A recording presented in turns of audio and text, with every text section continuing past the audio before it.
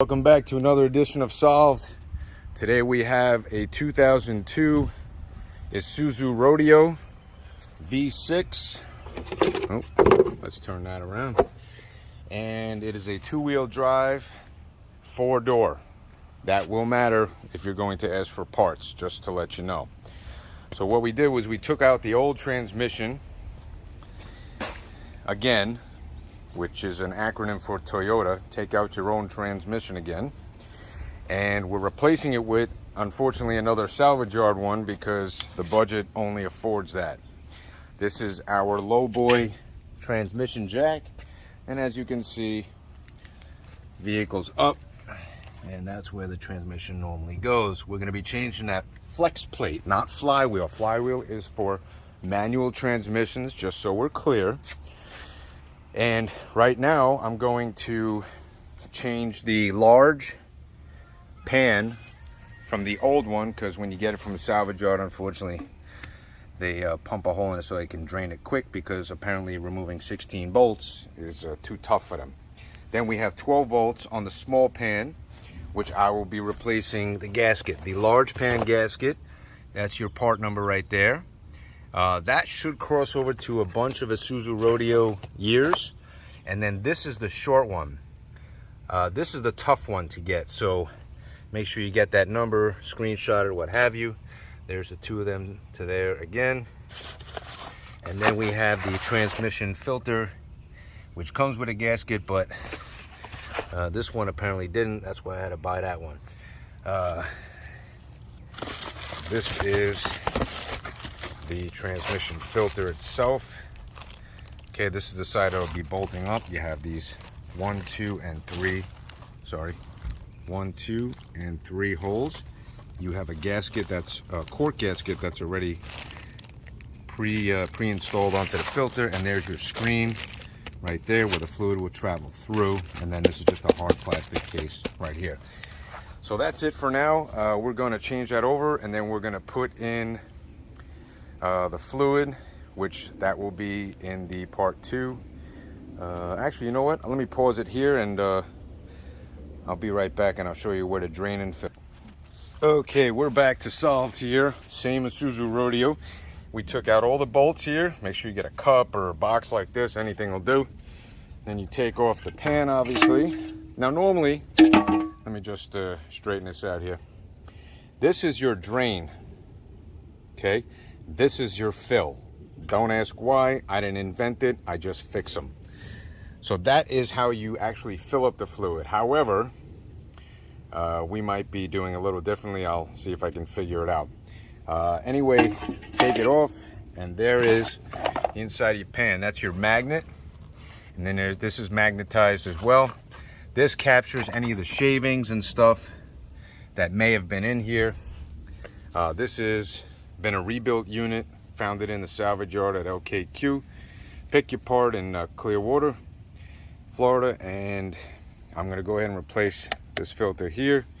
Let's see, where did I have it? I think it's a 12 millimeter.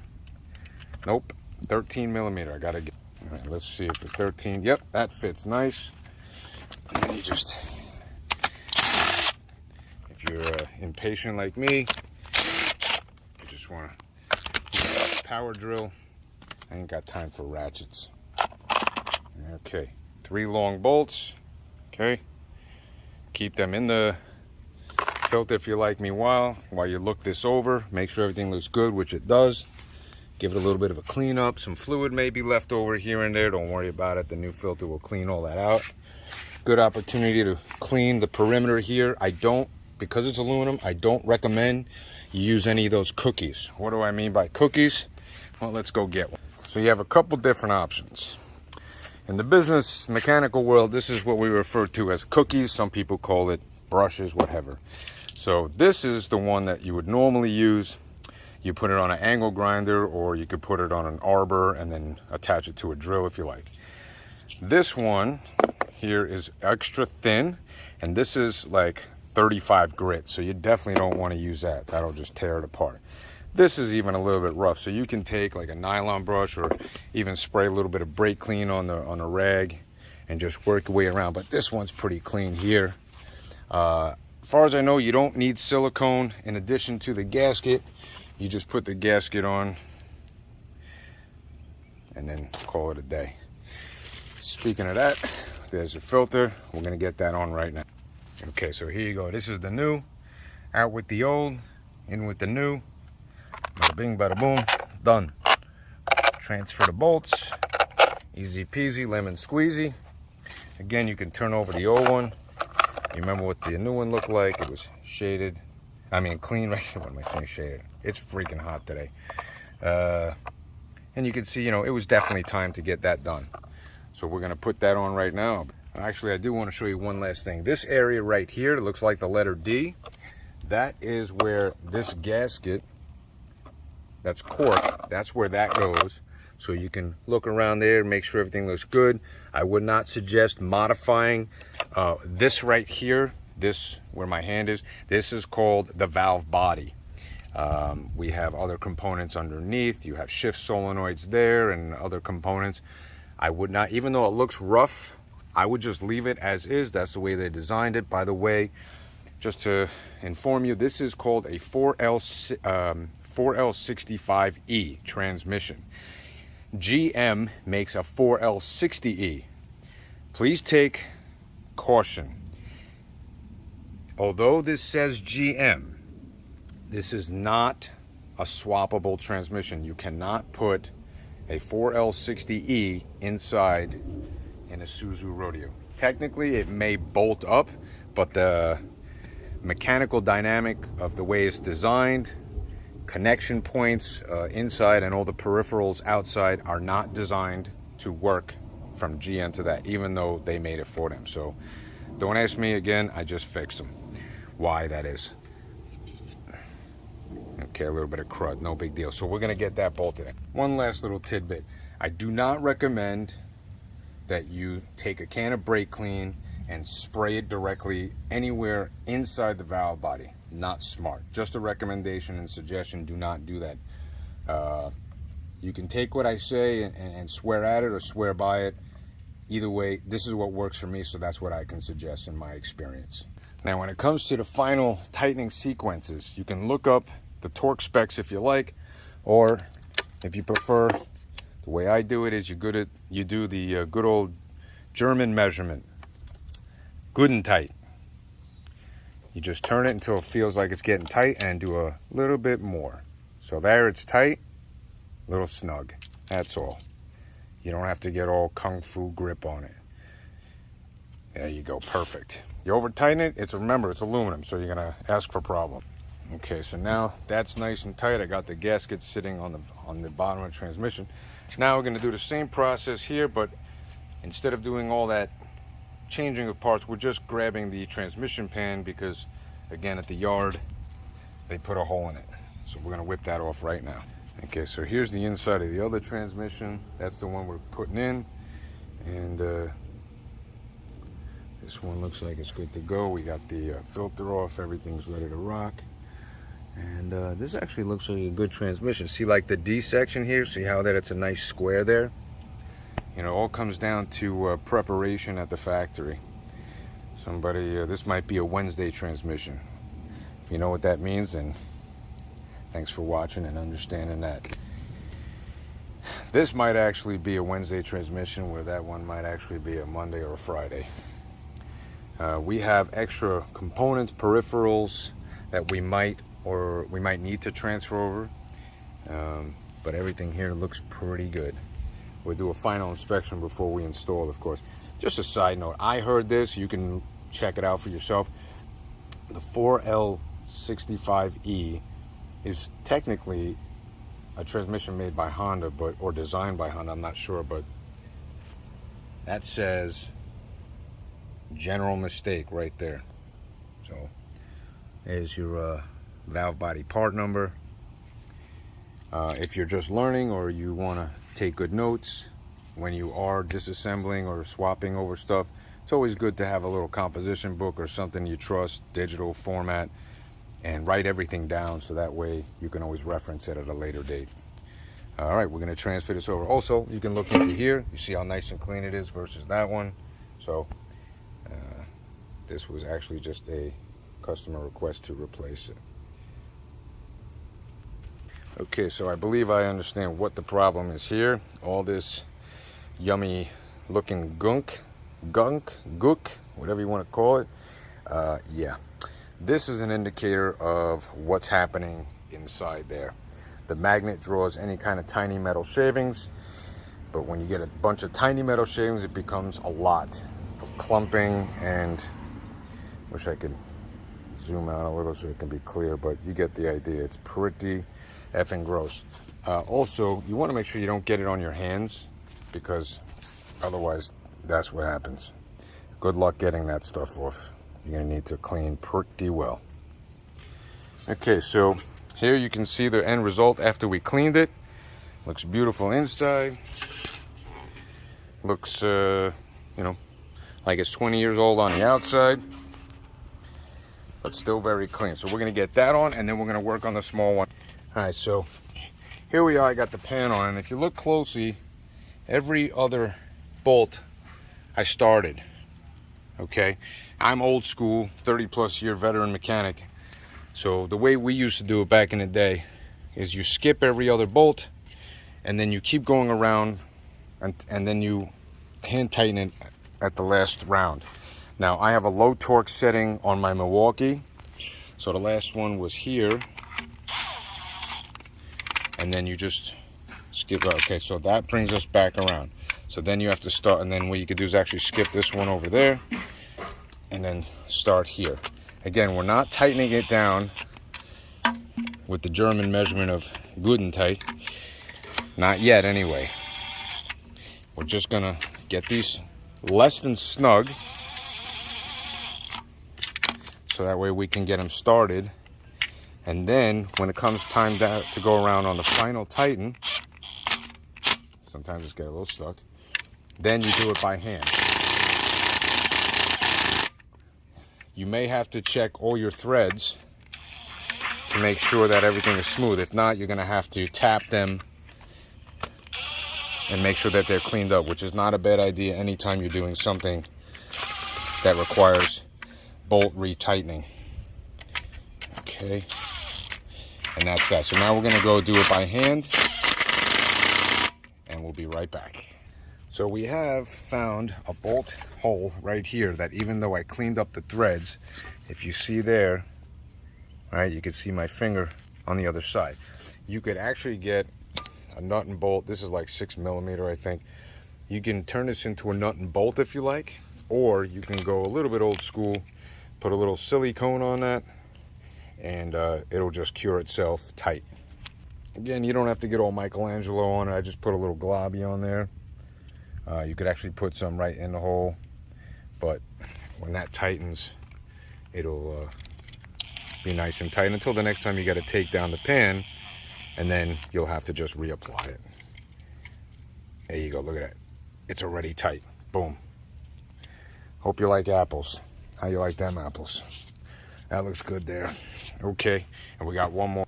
Okay, so for this transmission, we had this one right here, and we had that one right there, which, as you can see, this is the shifter linkage connection point. That would be a real pain in the you-know-what if we were upside down on our backs. So let's move on to the small pan, 12 bolts here. All right, so we got the bolts out, all 12. Looks nice and gunky, so we're gonna clean that out. Again, you see general mistake right there. And there is the part number. If I can get the shift solenoid wires out of the way. That's a shift solenoid there. Why they did a double pan, I have no idea. Oh, important to know, this is a complete system overhaul of fluid, would be 9 quarts, including the torque converter, which, again, it's personal preference for me, or based off of the 30+ years experience. I like to put at least 1/4 or 2 in the torque converter, let it drain down, kind of like priming an oil filter, if you will. Then you just, I'll show you a little later how to get it onto the input shaft of the transmission right there. But right now, let's get this clean. All right, so here we go. We got the 12 bolt gasket here. I'm sorry, I paused there verbally because I was lining it up. So I see a notch right here and a notch right here. You see that follows right there. and get it on here so you can see it easily. So make sure the gaskets are right, because if you could put it this way, it probably will fit. No, it won't. Good. So that's it right there. As you can see, we cleaned it beautifully inside and out. Let's get it back on. Of course, let's not forget one of the most important steps. Again, I'm going to wipe down here, a little brake clean on a rag. I wouldn't suggest using the cookies. And, oops, sorry about that. What in the fucking world?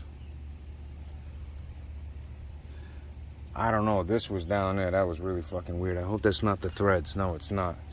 I'm going to put that off to the side and try to figure out what the hell that was. But for the most part, it looks nice and clean down here. Can wipe off a little bit of the gunk from the solenoid. Again, I would not recommend spraying brake fluid even on a rag and wiping it. If you want to, that's your choice. But take heed to my warning. I was always told not to do that. All right, time to get the pan. One other side quick note, you see the notches right there. So you line that up with here, and then this essentially will go on just like that. Now let's do it. Okay, good thing it happened to me here, because I would have not said it in the video. So originally I had the gasket like this, because I said, remember I said the notches, got to line them up. But if you look closely, the bolt holes do not line up if it's upside down. So you want to make sure it's right side up rather, or properly. You always do a mock-up lineup. Make sure all the holes are visible. Now we're cooking with gas. All right, so remember again, just to go over it, we're gonna do a light tightening as we go around, skipping the bolts. Again, you're not getting tight, you just initial drive-in roundabout just to get them started. Again, this is just the way that I suggest doing it. This is the way I've been doing it for 32 plus years. Ask me how many failures I've had because of the process. I'm waiting. That's correct. Donut, bagel, 0, none. No failures. You follow the same process, you are guaranteed success. Most of the time. All right, so of course we had one, and because this pan affords me a little bit of extra space, I wound up taking the bolt out, rethreaded the transmission side, and I put a little globby in there, a little bit on the tip, and I'm just gonna finger tighten this a little bit there. I already did the German measurement on all the other bolts. Okay. That's not to say anything derogatory about Germans. I have German in my family. Love them. Love everybody. Thank you for watching. Nice and snug. That's all. Perfect. And when that cures, that'll be solid. All right, so what I did was I took off the old lines right here from the yard transmission. Now, this is up to you if you want to do it. I always do it when it comes to threads. It's always a good peace of mind. You get yourself $1, $2, whatever it is.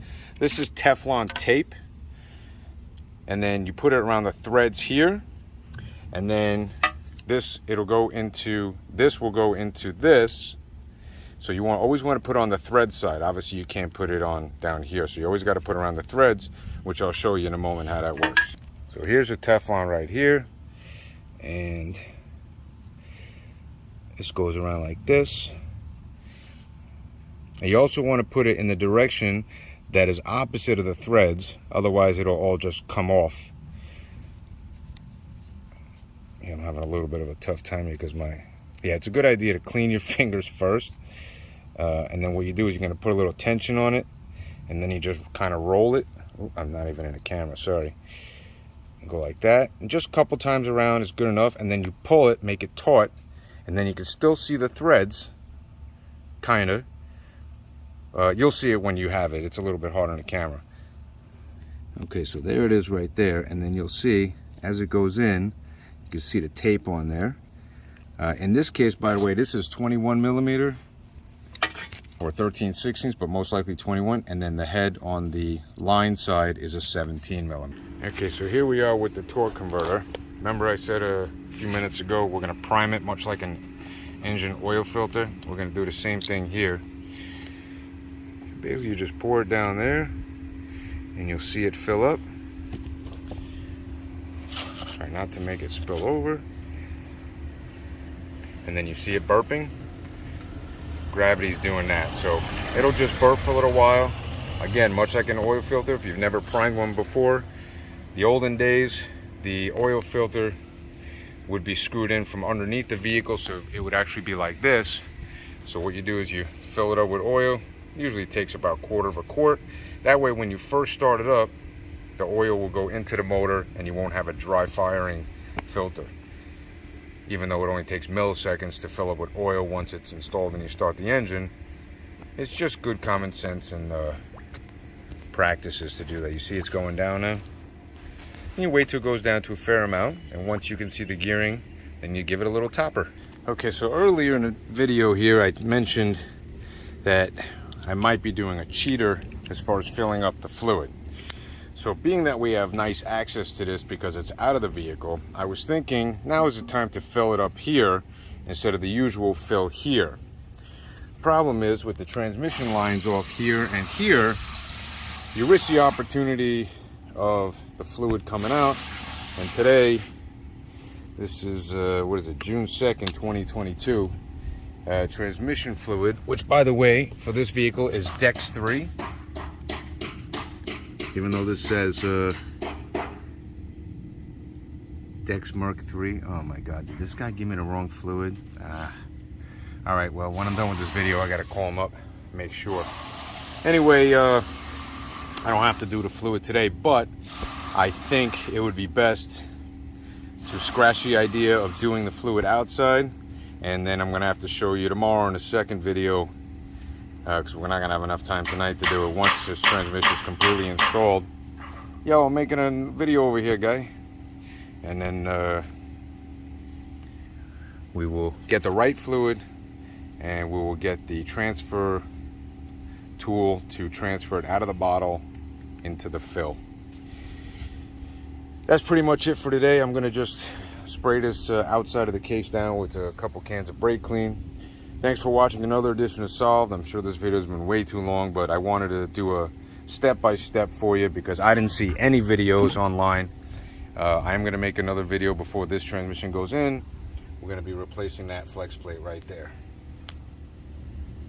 All right, we'll show you how to do that. There's a shim involved and 8 bolts, and then we'll get you the torque specs. Thanks again for watching another edition of Solved. Please like, follow, and share. And we will see you in the next video of Solved, where we try to make repairs easy for you by giving you detailed information. Thanks again. Don't forget to send your comments, questions. We try to do our best to get to those and answer them in a timely manner. Be safe out there, and don't forget to always use safety glasses, and gloves is a good idea, hand cleaner and such. And definitely don't do what I'm doing, working in the hot Florida sun. Have a good day. See you in the next video.